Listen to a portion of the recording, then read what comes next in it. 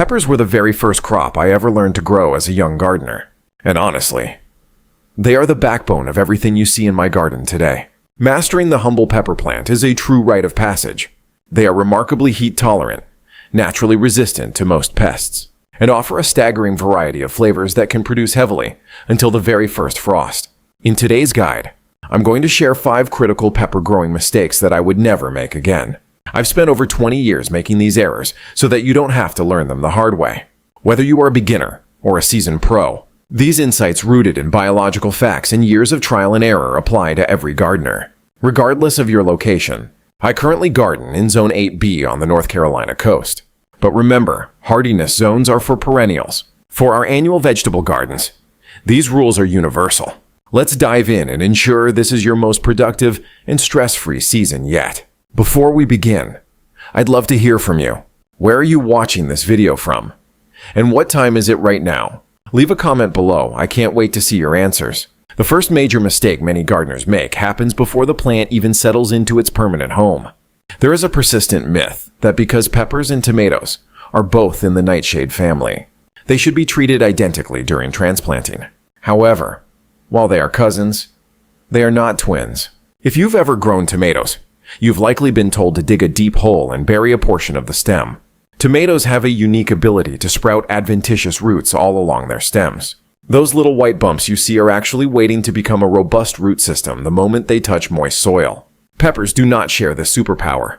While a pepper plant might occasionally sprout a few roots from a leaf node if buried, it is not a standard biological trait.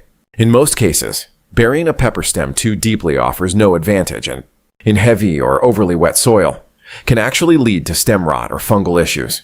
The rule of thumb here is simple. Dig your hole so that the top of the root ball is flush with the soil surface. The only exception is if your seedlings are extremely leggy or lanky due to low light. In that specific case, you can bury them slightly and use a stake for support to prevent wind damage. Beyond depth, the most critical part of transplanting is lower leaf management. The lowest leaves on a pepper plant, often the cotyledons and the first true leaves, serve their purpose during germination and early growth. As the plant matures, these leaves become a liability. Most diseases that plague peppers are soil-borne fungal infections. When it rains or when you overhead water, soil splashes up onto the underside of these low-hanging leaves, providing a direct highway for pathogens to enter the plant.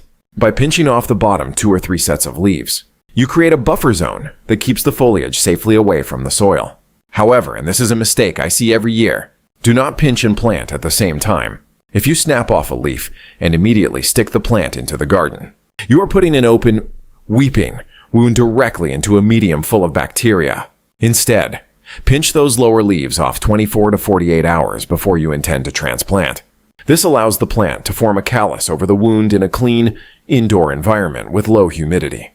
By the time the plant hits the garden soil, the door is locked, and your pepper is much better protected against infection.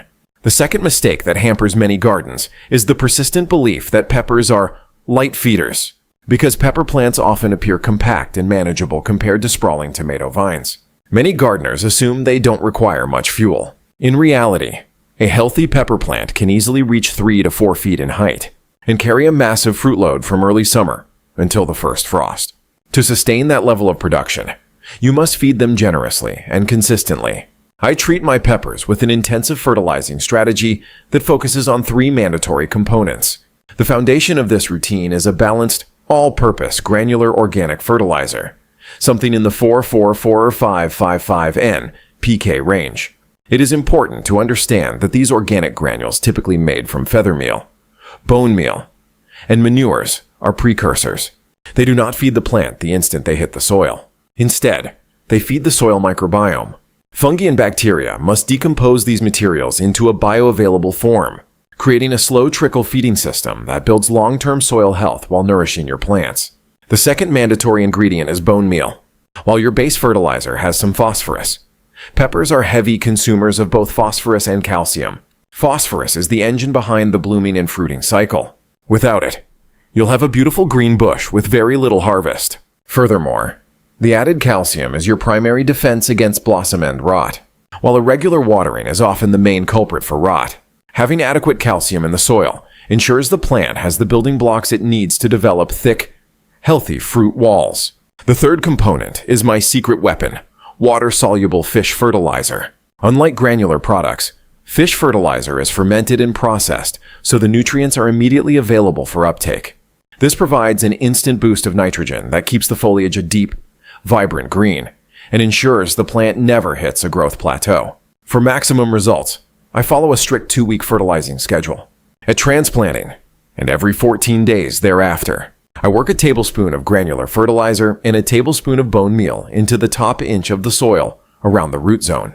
I then immediately water the area with a solution of 2 to 3 tablespoons of fish fertilizer per gallon of water.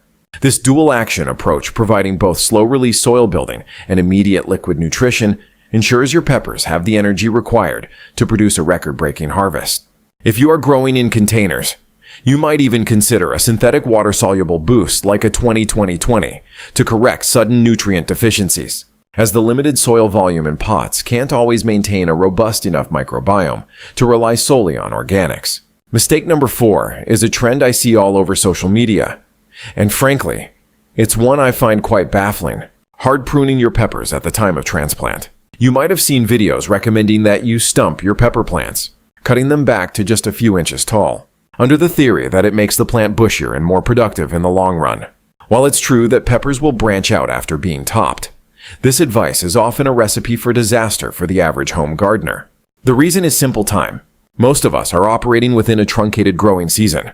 If you transplant in May and expect a frost in October, you only have about a 150-day window.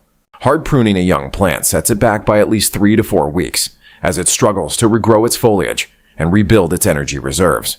Why would you want to throw away a month of your growing season?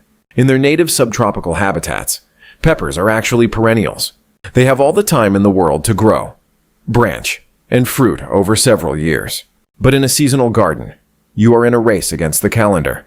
Taking off a month of growth often means you'll be left with a beautiful, bushy plant that finally starts producing fruit right as the first frost arrives to kill it. That said, pruning isn't always bad. There are 3 specific scenarios where I reach for my shears. First is hygiene.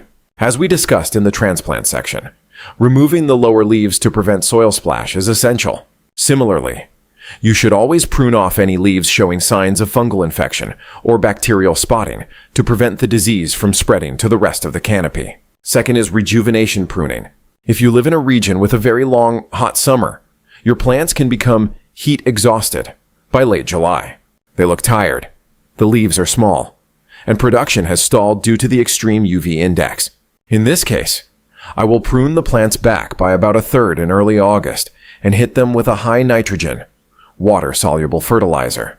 This triggers a second spring, allowing the plant to flush out with fresh growth and produce a massive fall harvest in September and October.